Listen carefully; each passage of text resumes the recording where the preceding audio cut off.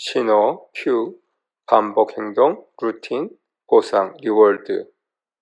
이 핵심 원리에 열망, craving이라는 숨은 요소가 더해질 때 강력한 습관이 만들어집니다. 단순한 행동 반복이 아니라 마음속 깊은 열망이 습관의 원동력이 되는 것이죠.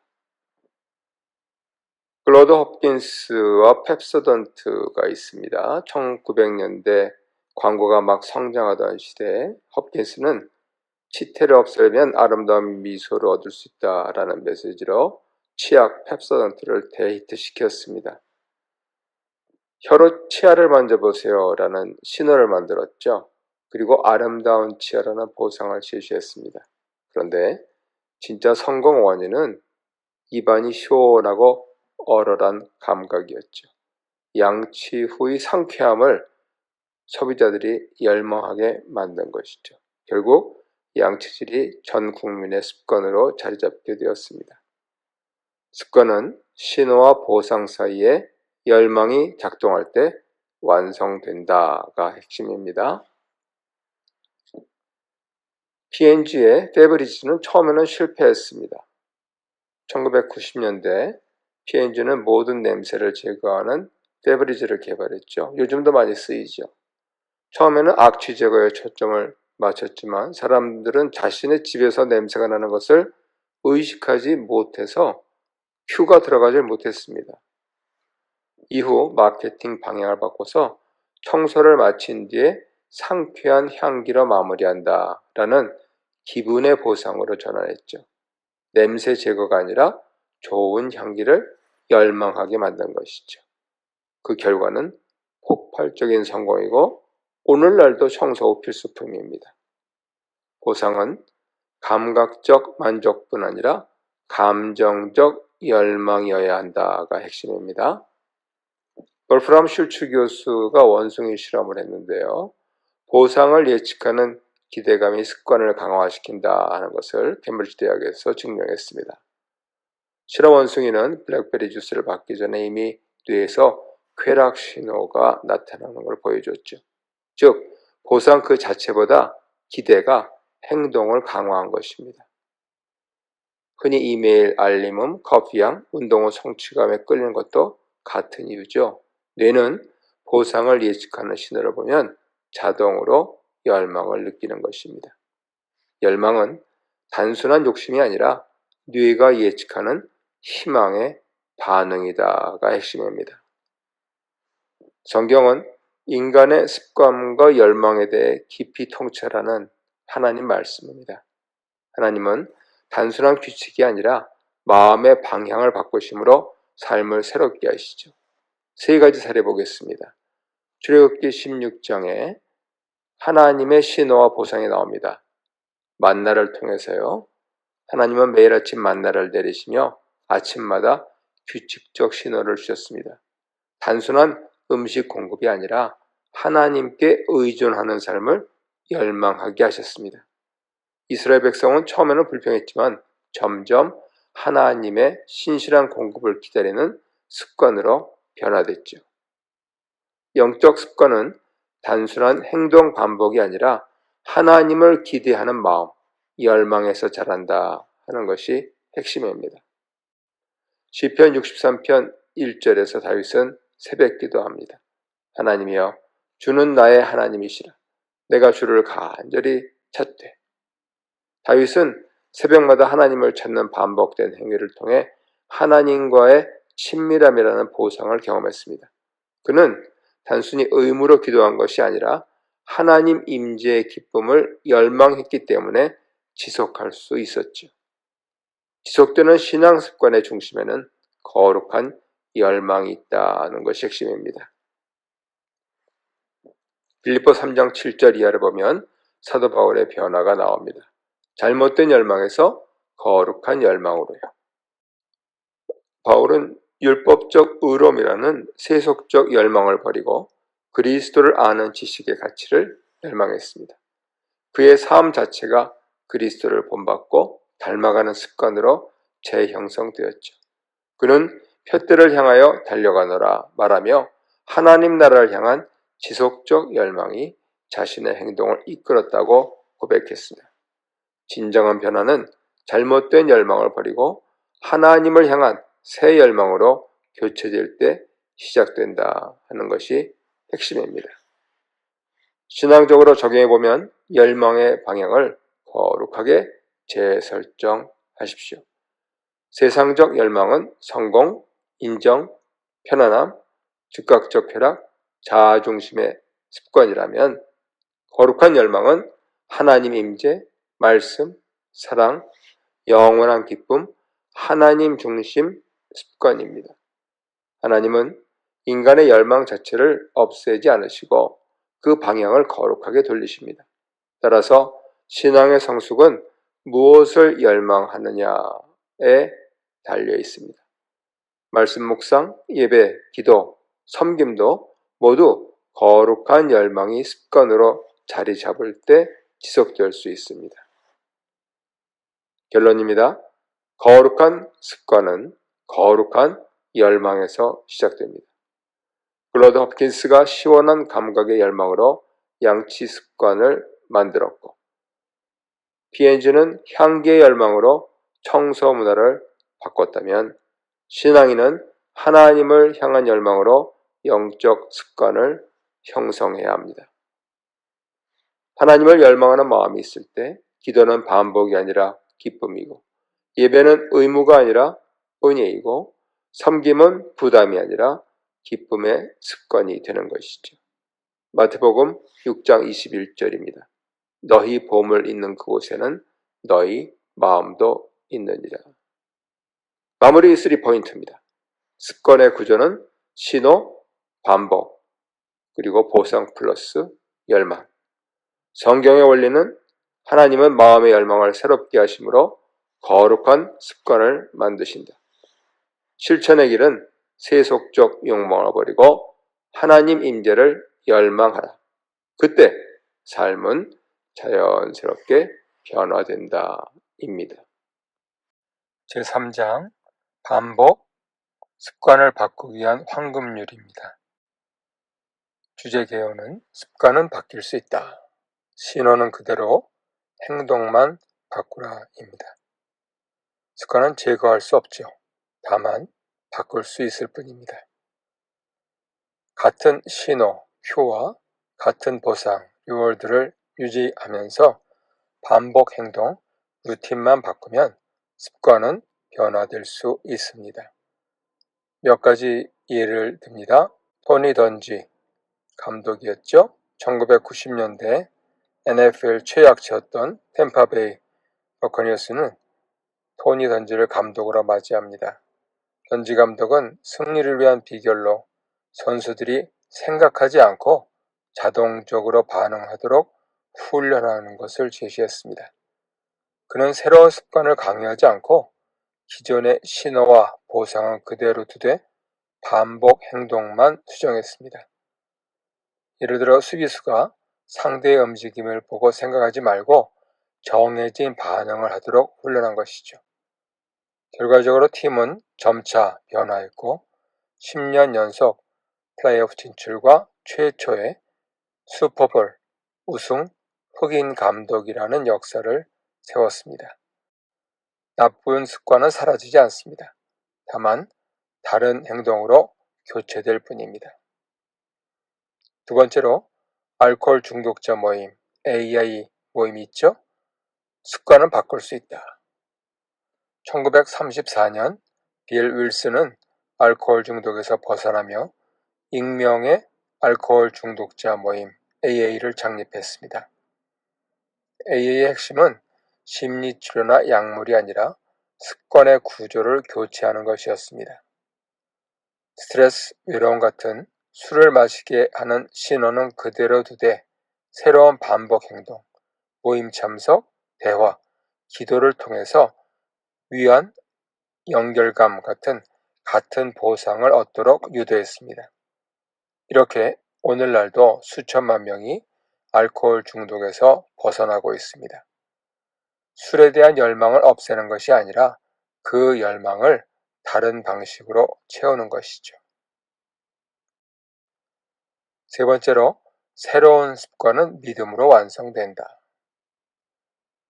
던지의 팀도 AA의 회원들도 모두 스트레스가 극도로 높아질 때 다시 옛 습관으로 돌아간 기록이 있습니다.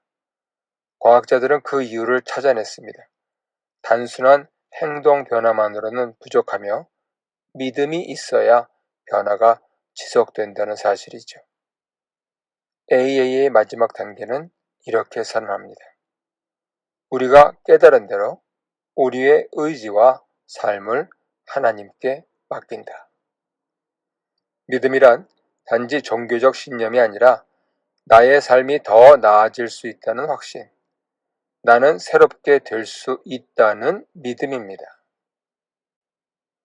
과학적 사례로 네 번째, 맨디의 손톱 물어뜯기 교정 케이스가 나오죠. 대학원생 맨디는 피가 날 때까지 손톱을 물어뜯는 습관이 있었습니다. 치료자는 그녀에게 그 행동의 신호와 보상을 찾아보라고 요청했죠. 신호는 손끝의 긴장감이었고요. 보상은 순간적인 자극, 성취감이었습니다. 그래서 손톱 대신 손을 주머니에 넣거나 연필을 잡는 경쟁 행동, competing response를 새롭게 만들었습니다. 신호와 보상은 그대로 유지하되 반복 행동만 교체한 결과 한 달 만에 습관이 완전히 사라졌습니다. 이처럼 습관을 고치려면 신호와 보상을 알아내야 합니다. 그것을 알면 절반은 고친 것이죠. 성경은 행동보다 마음의 변화, 즉 습관의 중심인 열망과 믿음을 새롭게 하는 것을 강조합니다. 몇 가지 예가 있는데요. 다니엘 6장 10절에 다니엘의 일상 기도 습관이 있습니다. 왕의 금령에도 불구하고 다니엘은 하루 3번 예루살렘을 향해 무릎을 꿇고 기도했습니다.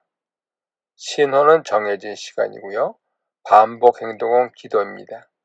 보상은 하나님 임재하심의 평안입니다. 그는 위협 속에서도 신앙의 습관을 유지하며 믿음으로 행동을 지속했습니다.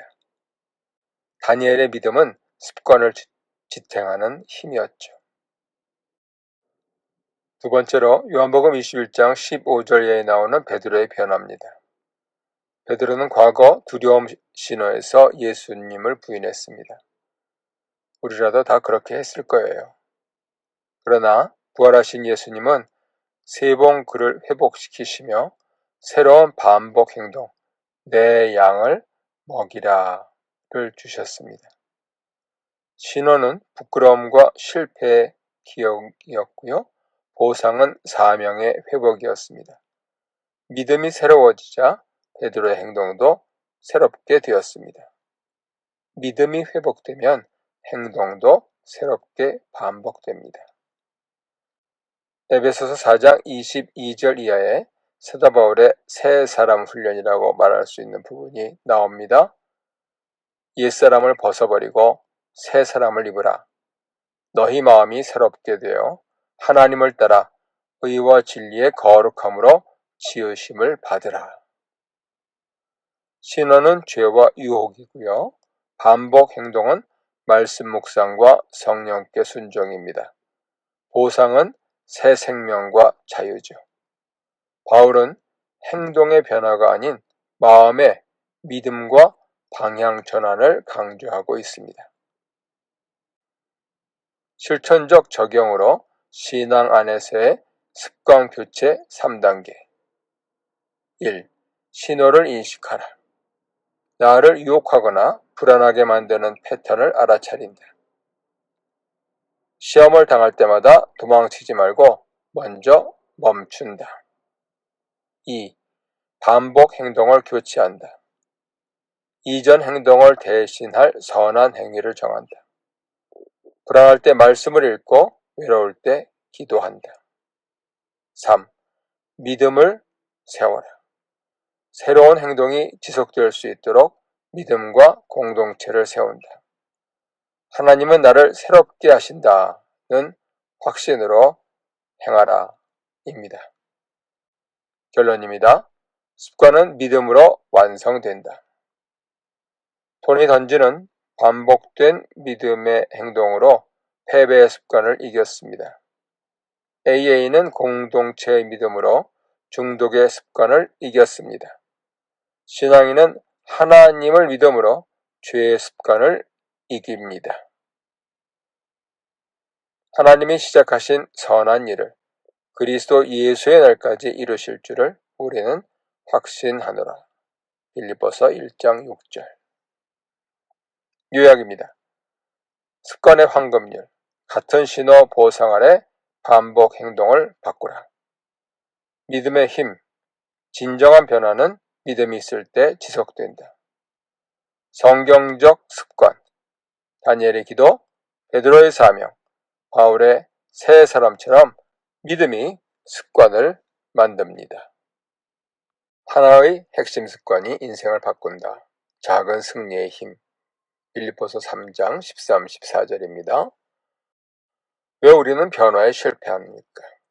대부분의 사람은 새해가 되면 목표를 세웁니다. 그러나 며칠 지나면 흐지부지 되지요. 이유는 너무 많은 변화를 한꺼번에 시도하기 때문입니다. 성공하는 사람은 단 하나의 핵심 습관, 키스톤 헤빗에 집중합니다. 작은 습관 하나가 삶 전체에 연쇄적 변화를 일으키기 때문이지요. 빌립보 3장 13, 14절에서 사도 바울이 말씀하고 있는 것을 이렇게 해석해 보십시오. 형제들아, 나는 아직 잡은 줄로 여기지 아니하고 오직 한 일, 뒤에 있는 것은 잊어버리고 앞에 있는 것을 잡으려고 표대를 향하여 달려가노라. 폴 오닐과 알코아의 기적의 사례가 나오죠. 안전이라는 핵심 습관에 대해서입니다. 1987년 알루미늄 대기업 알코아는 위기에 처했습니다. 새 CEO가 된 폴 오닐은 첫 연설에서 우리의 목표는 이익이 아니라 근로자 안전입니다 라고 말했습니다. 투자자들은 충격을 받았지만 그는 사고율 제로를 핵심 목표로 삼았습니다. 오닐은 사고 발생, 즉시 보고, 원인 분석, 재발 방지, 계획 제출이라는 단순하지만 강력한 반복 행동 체계를 만들었습니다. 모든 관리자는 24시간 내 보고 의무를 지면서 실천한 사람은 승진 보상을 받았습니다. 안전 문화가 자리 잡자 생산성, 품질, 이익까지 함께 상승했습니다. 결과적으로 알코아의 순이익은 5배, 시가총액은 30조 원 이상으로 성장했습니다. 교훈은 이것입니다. 하나의 핵심 습관이 조직 전체를 바꾼다. 안전이라는 단 하나의 습관이 소통, 신뢰, 품질, 혁신까지 연결되었죠. 오늘은 명령보다 습관의 변화가 조직을 움직인다고 강조합니다. 유명한 수영선수 마이클 펠프스가 있죠. 시각화라는 작은 습관. 마이클은 경기 전마다 완벽한 레이스를 머릿속으로 반복 영상처럼 상상했습니다. 그 시각화 습관 때문에 그는 실제 경기 중 물안경에 물이 차도 당황하지 않고 예상대로 움직이며 세계 신기록을 세워나갔죠. 그의 코치는 말했습니다. 펠프스는 경기장에 도착하기 전에 이미 절반 이상을 수영한 상태다. 작은 반복 습관 하나가 위기에서도 흔들리지 않는 내적 평정과 집중력을 만드는 것입니다. 마태복음 22장 37절. 내 마음을 다하고 목숨을 다하고 뜻을 다하여 주 너의 하나님을 사랑하라. 마음을 다스리는 습관은 결국 삶의 방향을 결정합니다. 성경 속 인물들도 하나의 핵심 습관으로 삶이 바뀌었습니다. 다니엘은 하루 3번 기도했지요. 포로 중에도 신앙의 중심을 지켰습니다. 다윗은 늘 찬양과 회개를 했습니다. 실패 후에도 하나님 마음에 합한 사람으로 회복됐지요. 예수님께서는 새벽 기도하셨습니다. 사명과 능력을 유지하셨죠. 사도 바울은 한 일에 집중했습니다. 복음 전파에 일생을 헌신한 것이죠. 이분들은 거창한 계획보다 작은 습관 하나를 꾸준히 지킨 사람들이었습니다. 그 습관이 믿음의 연쇄 반응을 일으켜 인생을 바꾸었습니다. 적용점입니다. 나의 핵심 습관은 무엇입니까? 개인적으로 매일 말씀 묵상 10분, 하루 감사 3가지 기록, 주 1회 가족과의 식사 시간 확보. 이 3가지 중 하나라도 꾸준히 실천하면 삶의 구조가 달라집니다. 가정과 공동체에는 앞서 알코아의 안전 수칙이 회사를 살렸듯이 존중과 경청의 습관이 가정을 살립니다. 교회와 공동체에서도 서로의 말 끊지 않기, 감사로 시작하기 같은 작은 습관이 하나님의 사랑이 흐르는 공동체 문화를 만드는 것이죠. 결론입니다. 작은 승리의 누적이 인생을 바꿉니다. 포로니라 알코아, 벨브스의 시각화, 다니엘의 기도 등은 모두 작은 습관의 위대한 힘을 보여줍니다. 하나님은 작은 일에 충성된 자에게 더 큰 일을 맡기십니다. 우리 삶에서 새로운 큰 변화를 만들려 하기보다 오늘부터 하루 한 가지 핵심 습관을 세우는 것이 가장 현실적이고 강력한 변화의 시작인 것입니다. 질문합니다. 내 인생의 핵심 습관은 무엇입니까? 그 습관이 가족과 공동체에 어떤 변화를 일으킬 수 있습니까? 하나님께서 내게 작은 승리를 주신다면 나는 그 기회를 어떻게 확장시키겠습니까? 인간의 의지력, 윌파워는 단순한 성격의 일부가 아니라 반복된 훈련과 습관을 통해 길러질 수 있는 능력입니다. 마약 중독자 가정에서 태어나 혼란스러운 어린 시절을 보낸 트래비스 리치가 있습니다. 그는 어린 시절 부모의 중독과 폭력, 빈곤 속에서 감정 조절과 자기 통제력을 배우지 못했죠. 청소년 시절 그는 감정이 폭발할 때마다 직정을 잃었고 분노와 저절에 빠져 있었습니다. 그러나 그의 인생은 스타벅스의 훈련 프로그램을 만나면서 완전히 바뀌었습니다. 그에게 스타벅스는 단순히 커피를 파는 회사가 아니라 의지력을 교육하는 학교였습니다. 그는 라테의 법칙, 라테의 룰이라고 하는데요. Listen, acknowledge, take action, thank, explain, LATTE. 라테의 법칙을 배우며 분노를 다스리고 고객에게 친절히 응대하는 습관을 몸에 익혔습니다. 이런 훈련은 단순한 기술이 아니라 의지력을 습관으로 바꾸는 실천 과정이었습니다. 감정이 폭발할 수 있는 위기 상황마다 미리 대응법을 계획하고 반복적인 행동을 통해 평정심을 유지하는 법을 배웠습니다. 그 결과 트래비스는 스타벅스의 모범 직원이 되었고 수십 명의 직원을 관리하는 매니저로 성장했습니다. 스타벅스의 교육은 그에게 자기 통제력과 책임감을 가르쳐 주었고 이는 그의 인생 전체를 새롭게 변화시켰습니다. 이러한 변화는 단지 개인의 노력 때문이 아니라 의지력을 체계적으로 습관화한 결과였죠. 펜실베이니아 대학의 안젤라 더워스 교수는 의지력이 지능보다 더 큰 성공 요인이라 강조했습니다. 의지력은 근육처럼 사용하면 피로해지지만 반복적인 훈련을 통해 점점 강해집니다. 실제로 운동, 돈 관리, 학습 습관을 통해 의지력을 강화한 사람들이 다른 영역에서도 더 건강하고 성실한 삶을 살게 된다는 연구 결과들이 있습니다.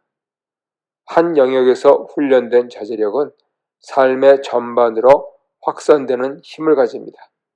스타벅스의 사례처럼 조직이 구성원의 의지력을 강화하면 기업 문화 전체가 달라지고 직원들은 위기 상황에서도 흔들리지 않는 태도를 유지할 수 있습니다. 성경은 이미 오래전부터 이러한 원리를 가르쳐 왔습니다. 다니엘은 바벨론 왕궁의 음식과 포도주를 거절하며 뜻을 정하여 자신을 더럽히지 않기로 결단했습니다. 이는 단순한 식습관의 문제가 아니라 신앙적 원칙을 지키기 위한 의지력의 선택이었습니다. 다니엘은 하루 3번씩 기도하는 습관을 평생 유지하며 나라가 바뀌어도 흔들리지 않았습니다.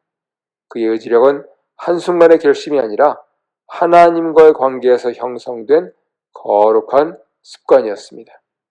또한 예수님은 광야에서 사탄의 시험을 받으셨을 때 배고픔과 권력의 유혹을 말씀으로 이겨내셨습니다. 예수님의 승리는 단번에 이루어진 것이 아니라 기도와 순종의 삶 속에서 쌓인 의지의 근육이 발휘된 결과였습니다. 그분은 십자가 고통을 지는 순간에도 내 뜻대로 마옵시고 아버지의 뜻대로 하옵소서라고 기도하셨죠.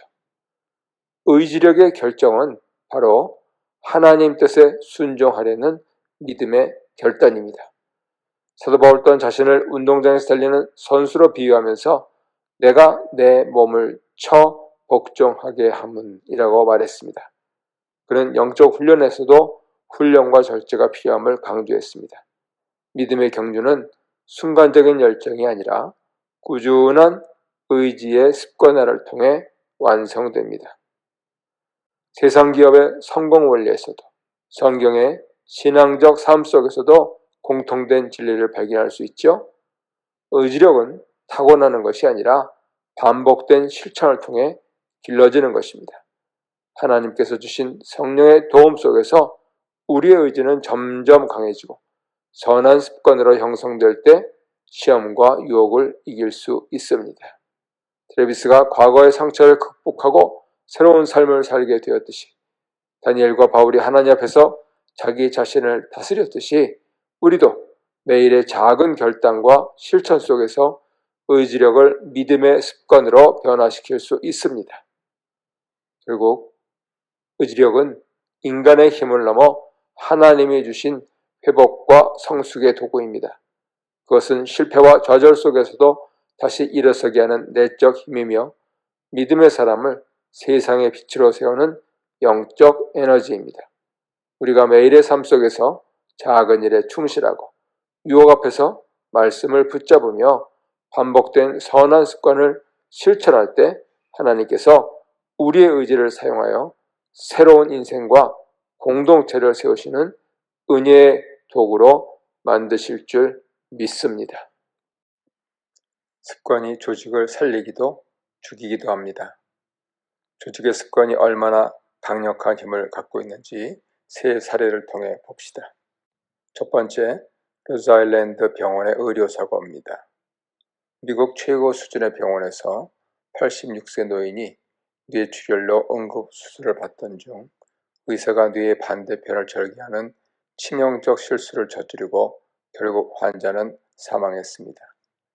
문제의 원인은 단순한 개인 실수가 아니라 병원 전체에 자리 잡은 파괴적 조직 습관이었습니다. 어떤 나쁜 습관들이 있을까요?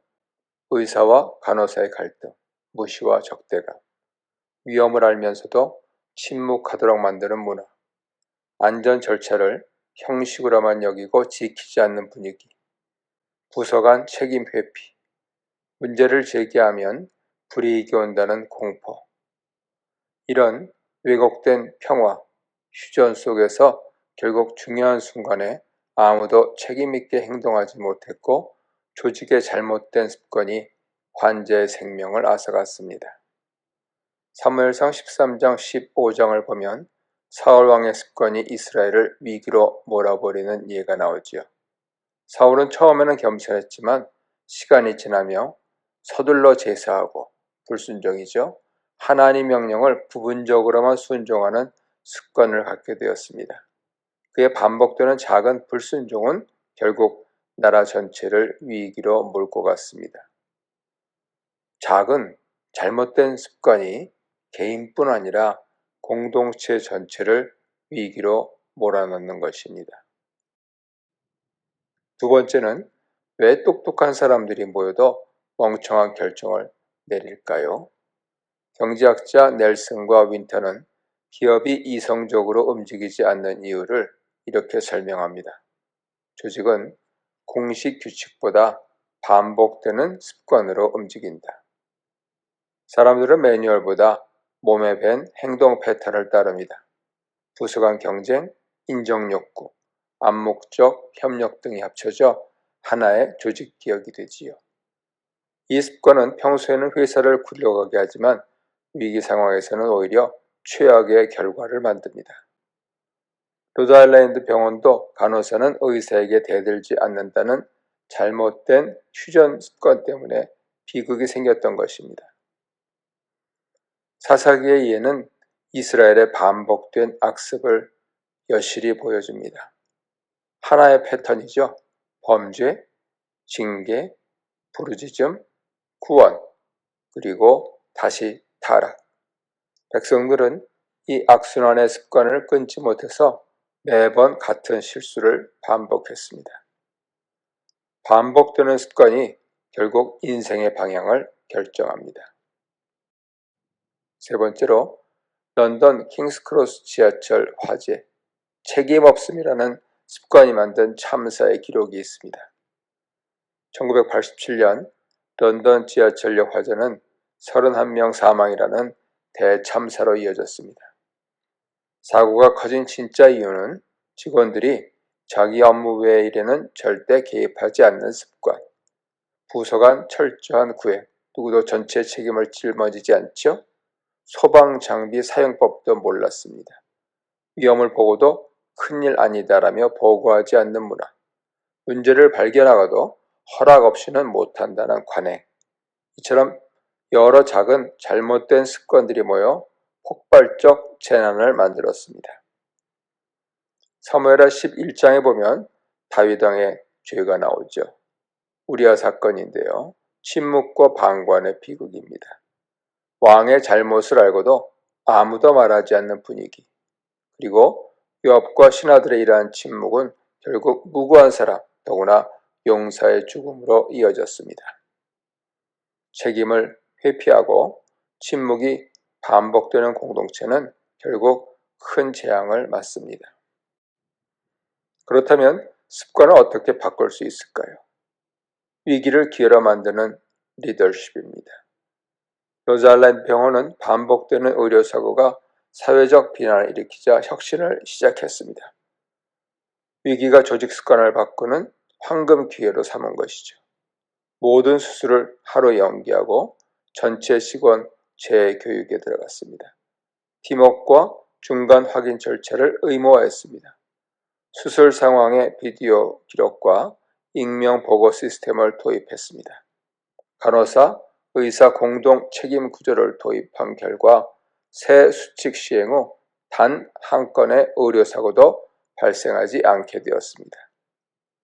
느헤미야 1장부터 6장에 느헤미야의 위기관리가 나오지요. 예루살렘 성벽이 무너졌다는 위기 속에서 느헤미야는 문제에 직면합니다. 하나님께 기도합니다. 사람을 세우고 역할을 분담합니다. 규칙을 정립합니다. 외부의 방해를 차단합니다. 이를 통해 공동체의 일상 습관과 조직 문화를 완전히 새로 바꾸었습니다. 하나님 사람의 리더십은 위기를 새로운 습관을 만드는 기회로 삼을 수 있는 것이죠. 오늘 이렇게 적용 질문해 보세요. 나는 어떤 잘못된 습관으로 공동체에 피해를 주고 있는가? 우리 공동체 안에서 침묵과 책임 회피는 없는가? 하나님이 주신 위기를 새로운 습관을 만드는 기회로 보고 있는가? 1. 소비자 행동과 습관의 힘. 기업들은 고객이 왜 구매하는가가 아니라 반복적으로 무엇을 사는지에 주목합니다. 사람들은 논리적으로 구매한다고 생각하지만 실제로는 습관에 따라 움직입니다. 연구에 따르면 쇼핑 목록이 있어도 50% 이상은 매장에서 즉흥적으로 결정되죠. 즉, 습관이 행동을 지배합니다. 2. 기업들은 데이터를 통해 고객의 습관을 예측합니다. 털깃 같은 기업들은 고객의 결제 방식, 방문 시간, 구매 제품 등 다양한 데이터를 수집했죠. 개별 고객의 정체성, 필요, 삶의 변화를 예측했습니다. 특히 털깃은 구매 패턴만으로 임신 여부와 출산 예정일까지 예측하는 놀라운 알고리즘을 개발했고 현대 알고리즘의 선구자가 되었습니다. 3. 새로운 습관을 만들기 위한 샌드위치 기법. 사람들은 새롭거나 낯선 것을 거부하는 경향이 있어 기업들은 새로운 것을 바로 내놓지 않고 익숙한 것 사이에 끼워 넣어 습관으로 만들게 합니다. 예컨대 라디오 방송은 새로운 노래를 사람들이 좋아하는 노래 사이에 끼워 넣어서 익숙해지도록 했죠. 식품점은 과일을 앞에 두어 건강한 선택을 먼저 하게 하고 이후 과자 구매도 정당화되도록 유도하고 있습니다. 4. 삶의 전환점은 습관이 바뀌는 시기. 사람들의 습관은 평소에는 거의 바뀌지 않지만 결혼, 이사, 이혼, 출산 등 삶의 전환점에서는 행동 패턴이 유연해집니다. 기업은 바로 이 시기를 노려 고객을 붙잡죠. 특히 출산은 소비 습관이 완전히 재편되는 가장 큰 계기이기 때문에 마케팅의 핵심 타겟이 됩니다. 성경에서도 사람의 행동과 마음은 쉽게 반복에 끌리고 무의식적 습관이 인생을 좌우할음을 볼 수 있는 예가 많습니다. 마태복음 6장 21절에서 예수님은 내 보물 있는 곳에 내 마음도 있다고 하셨는데요. 이를 소비 패턴과 연관지어 생각하면 우리의 관심과 가치가 어디에 있는지를 보여주는 것으로 해석할 수 있죠. 기업은 이를 이용하지만 성경은 반대로 하나님 나라를 삶의 중심 습관에 두라고 가르칩니다. 이스라엘의 광야 훈련도 습관의 재형성 과정이었다고 볼 수 있습니다. 이스라엘 백성은 이집트에서 종의 습관을 배웠고 하나님은 이집트를 떠난 후 하루하루 만나를 먹게 하여서 의정과 신뢰라는 새로운 습관을 가르치셨습니다. 기업은 사람을 소비자로 훈련하지만 하나님은 사람을 백성으로 훈련시키십니다. 로마서 12장 2절은 이 세대를 본받지 말고 마음을 새롭게 함으로 변화를 받으라 말씀합니다. 이 구절은 습관적 삶에서 벗어나 의식적인 변화와 재해석을 요구합니다. 데이터 기반 사회는 우리가 생각하지 않아도 선택을 대신해 주지만 성경은 우리로 하여금 생각하고 분별하며 선택하라고 말씀합니다. 정리하면 이렇습니다.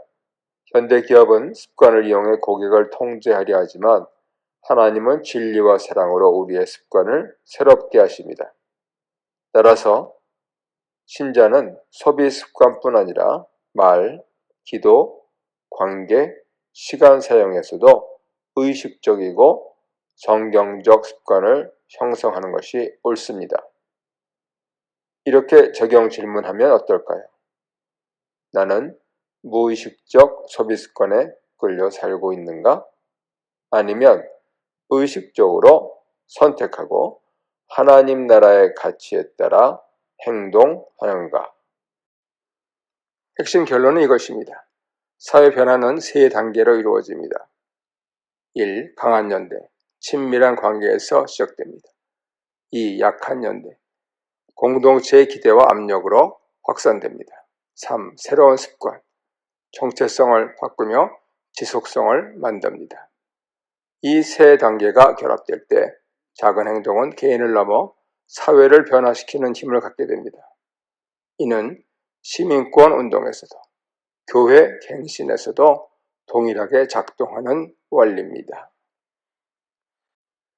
시민권 운동과 새드백 교회 케이스를 중심으로 사회 변화가 어떻게 일어나는가 살펴보겠습니다. 먼저 한 사람의 작은 정이 역사를 움직이다. 로사 박스 사건과 시민권 운동의 시작. 1955년 몽고메리에서 로사 박스는 버스 좌석 차별에 순응하지 않고 체포되었습니다. 이전에도 유사한 체포 사례가 있었지만 이 사건은 대규모 시민권운동으로 확산되었죠. 그 이유는 박스가 흑인 공동체 안에서 넓고 깊은 신뢰관계, 강한 연대를 가진 인물이었기 때문입니다. 그녀의 체포는 개인적 불복종을 넘어 공동체 전체의 도덕적 분노와 행동을 촉발하는 불씨가 되었습니다. 둘째, 사회 변화의 제1단계, 강한 연대, 우정과 신뢰가 행동을 시작하게 하다. 사회운동은 먼저 서로 잘 아는 사람들 사이에 우정과 신뢰에서 시작됩니다. 박스의 친구들, 교회 동료들, 시민단체 관계자들은 좋아하는 사람이 부당한 대우를 받았을 때 외면할 수 없는 인간적 본능에 따라 즉각 행동했습니다. 이 강한 연대가 최초의 보이콧과 조직화를 가능하게 했죠. 잠언 17장 17절은 친구는 사랑이 끊어지지 아니하고 말씀하고요. 요한복음 15장 13절은 사람이 친구를 위해 자기 목숨을 버리면 이라는 주님 말씀이 나오죠.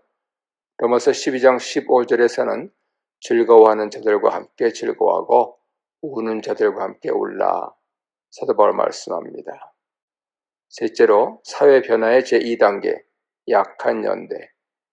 사회적 압력과 공동체 의무가 확산을 만듭니다. 몽고메리 버스 보이콧은 박스를 잘 모르는 사람들까지 참여하게 만들었습니다. 이는 약한 연대, 느슨한 관계망이 만들어낸 사회적 압력 때문이죠. 교회, 직장, 이웃, 신문 보도 등을 통해 모두가 참여하고 있다는 분위기가 형성되자 개인의 선택은 공동체의 기대에 의해 규정되었습니다. 이 단계에서 운동은 소수의 행동에서 대중적 참여로 확장되죠. 고린도전서 12장 26절은 한 지체가 고통을 받으면 모든 지체가 함께 고통을 받는다 말씀합니다. 넷째로 사회 변화의 제3단계, 새로운 습관의 형성. 마틴 루서 킹과 비폭력의 윤리. 보이콧이 장기화되면서 필요와 두려움이 확산되자 마틴 루서 킹은 참여자들에게 새로운 해석과 습관을 제시했습니다.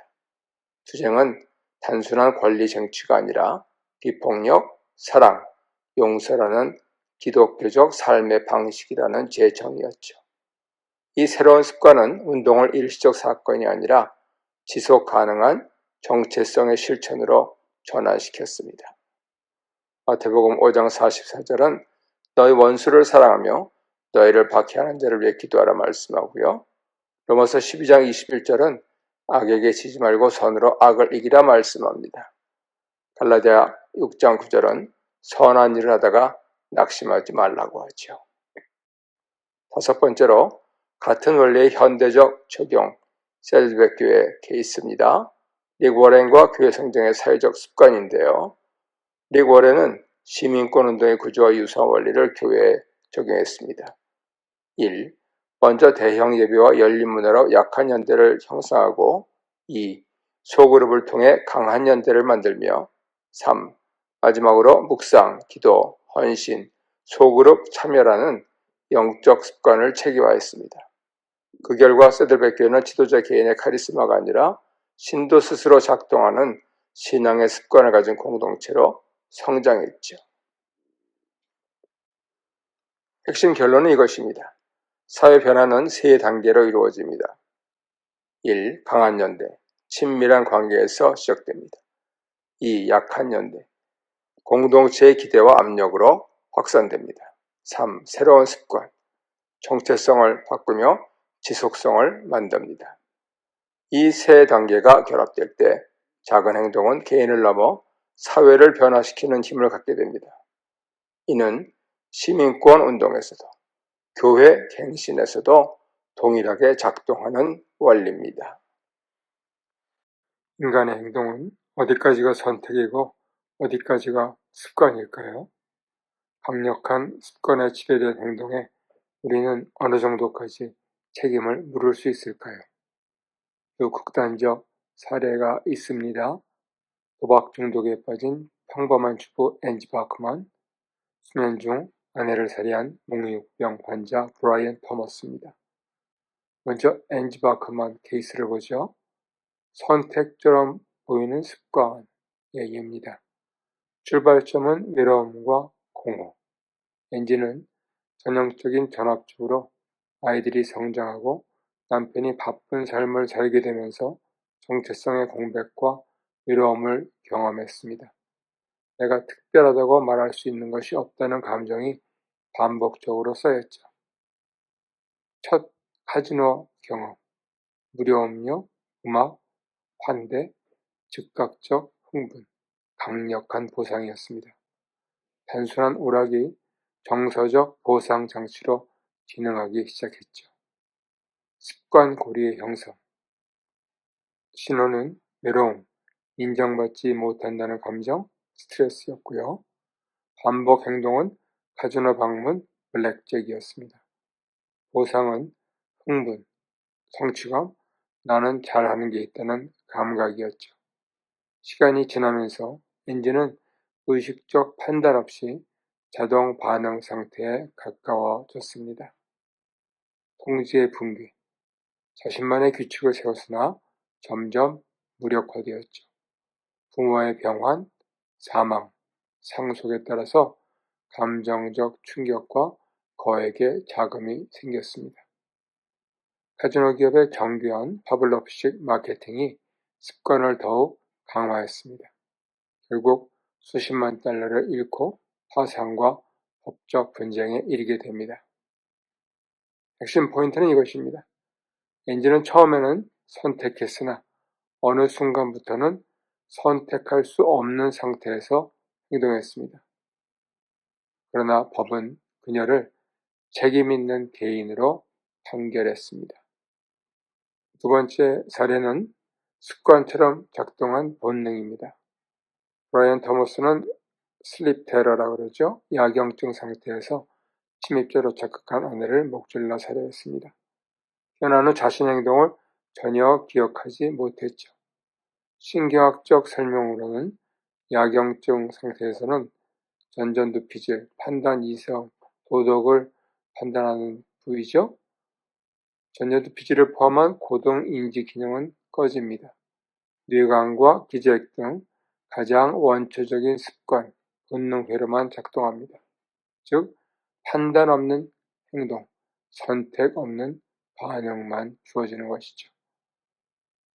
법적 판단은 그를 무죄로 판단했습니다.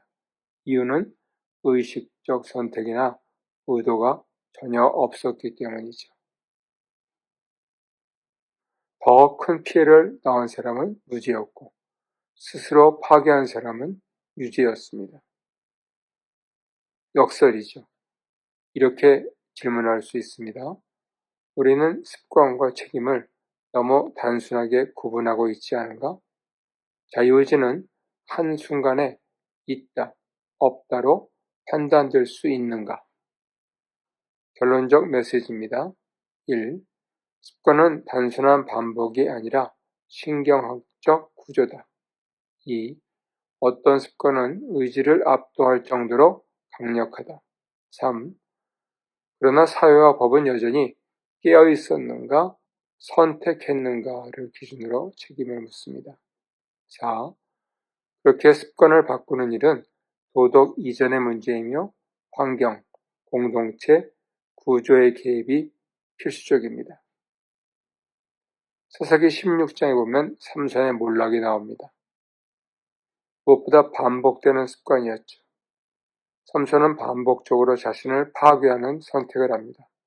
특히 들릴라와의 관계에서 위험을 알면서도 같은 행동을 반복합니다. 사사기 16장 19절을 보면 결정적 장면이 나오죠. 삼손이 그녀의 무릎에서 잠이 들매. 삼손은 잠든 상태에서 머리카락이 잘리고 힘을 잃었지만 그 사실을 알지 못합니다. 여호와께서 이미 자기를 떠나신 줄을 깨닫지 못하였더라 라고 사사기 16장 20절에 말씀합니다. 신학적으로 보면 삼손은 단번에 타락한 것이 아니라 습관적으로 은혜를 가볍게 여긴 결과로 무너졌습니다. 그는 자유의지를 완전히 잃지는 않았지만 습관에 의해 눈이 멀어버린 상태가 되었죠. 앞에 두 사례와 성경 예화를 이렇게 연결할 수 있습니다. 앤지 바크만처럼 아직 선택하고 있다고 생각했지만 이미 습관이 지배하고 있었고요.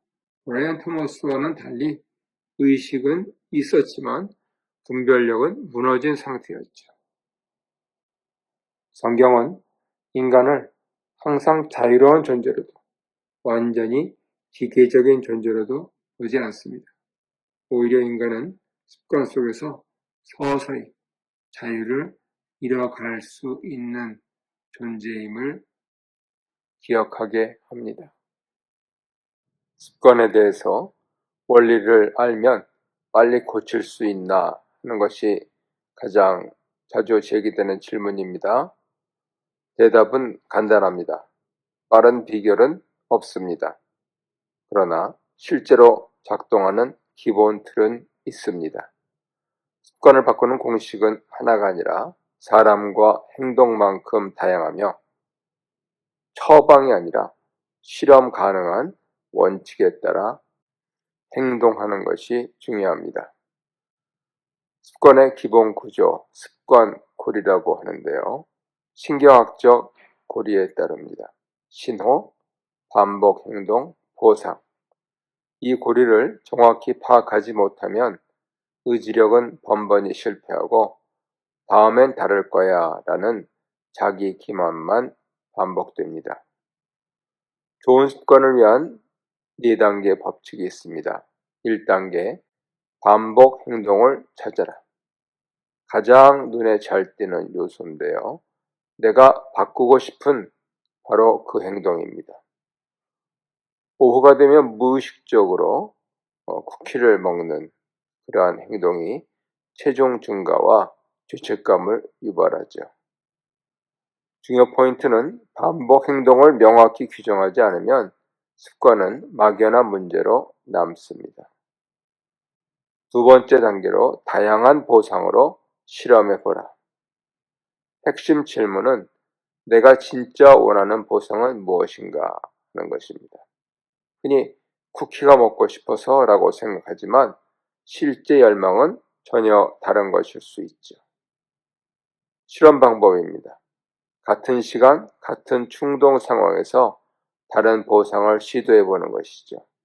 산책, 커피, 사과, 동료와 잡담. 이런 실험 후에 즉시 3단어를 기록하는 것입니다. 15분 후 아직도 그 행동을 원하나 점검하는 기록이요. 이를 통해 보상이 음식인지, 에너지인지, 인간관계인지, 기분 전환인지를 구분하게 됩니다. 3단계, 신호를 찾아라. 습관을 촉발하는 신호는 무작위가 아닙니다. 다음 5가지 범주 중 하나죠. 1. 장소, 어디에 있는가. 2. 시간, 몇 시인가. 3. 감정 상태, 지루함, 불안, 피곤함. 4. 주변 사람, 누구와 함께 있나. 5. 직전 행동, 방금 뭘 했지? 핵심적인 통찰은 정보가 너무 많아서 신호를 놓치는 것이죠. 불필요한 요소를 제거하고 이 5가지만 기록하면 패턴이 드러납니다. 4단계, 계획을 세워라. 실행 의도입니다. 습관을 바꾸는데 결정적인 단계죠. 만약 이러이러한 상황이 오면 나는 이것을 하겠다 하는 것이죠. 그런데 쿠키를 먹는 시간이 되면 동료에게 가서 10분간 잡담을 나누겠다 하는 것이죠. 이것을 심리학에서는 실행 의도, implementation intention이라고 부릅니다. 중요한 점은 계획은 완벽하지 않아도 됩니다. 실패는 데이터일 뿐이죠. 반복되면 새 행동이 다시 습관이 됩니다. 결론입니다. 습관은 의지의 문제가 아니라 구조의 문제입니다. 습관은 이해되면 바뀔 수 있습니다. 변화는 느리지만 거의 모든 습관은 개조 가능합니다. 핵심은 인식, 실험, 관찰, 계획이지요. 출애굽기 16장에 만나 사건을 새로운 습관 훈련 측면에서 해석해 봅니다. 반복 행동의 문제. 이스라엘 백성은 애굽에서 노예적 습관에 길들여져 있었습니다. 불평, 두려움, 저장하려는 강박이죠. 광야에서도 그 습관은 그대로 작동했습니다. 2. 하나님이 주신 습관 재설계. 하나님은 만나를 통해 의도적인 생활 리듬을 훈련하십니다. 신호는 아침, 반복 행동은 그날 먹을 만큼만 거두는 것이죠. 보상은 하루의 생존 플러스 신뢰의 축적입니다. 저장하려는 옛 습관은 실패했고 매일 의존하는 새로운 습관만 살았습니다. 3. 안식일 규칙. 실행 의도의 신학입니다. 여섯째 날엔 2배, 일곱째 날엔 거두지 말라 말씀하시죠. 이는 단순한 규칙이 아니라 그날이 오면 이렇게 행동하라는 명확한 실행 의도였습니다. 4. 신학적 연결. 하나님은 백성에게 마음만 고쳐라 하지 않으셨습니다. 대신 시간, 행동, 보상을 재설계하셨습니다. 이것은 성경이 이미 알고 있던 습관의 지혜입니다. 한 문장으로 정리합니다.